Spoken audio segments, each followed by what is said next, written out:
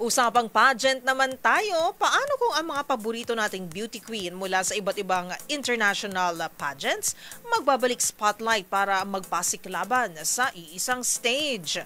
Yan ang atake sa ilulunsad na All-Stars edition ng Miss Grand International. Kung sino-sino ang mga Pinay beauty queen na agad hiniritan ng pageant fans, alamin sa report ni Showbiz Angel.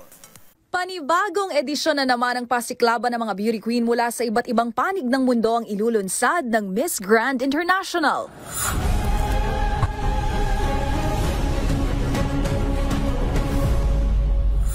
MGI All-Stars. Yan ang anunsyong gumulat sa pageant fans na bubuksan kasi para sa mga beauty queen na nais magbalik spotlight. Anumang beauty pageant sila nang galing.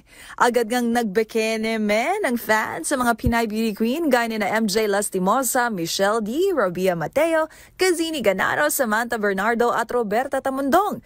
Habang may ilan ding pabirong nagtag sa mga dating Miss Universe na sina Pia Wurtzbach at Catriona Gray. Ang teaser video na ito, shinare rin ng presidente ng MGI na si Mr. Nawat Itzeragrisil at nagsabing welcome daw ang lahat ng mga nanggaling sa international pageant. And speaking of Nawat, 2 linggo matapos ang coronation night ng 74th Miss Universe, idinaan niya na raw sa legal na hakbang ang naging kontrobersiya sa pagitan nila ni Miss Universe 2025 Fatima Bosch na sinampahan niya ng criminal complaint.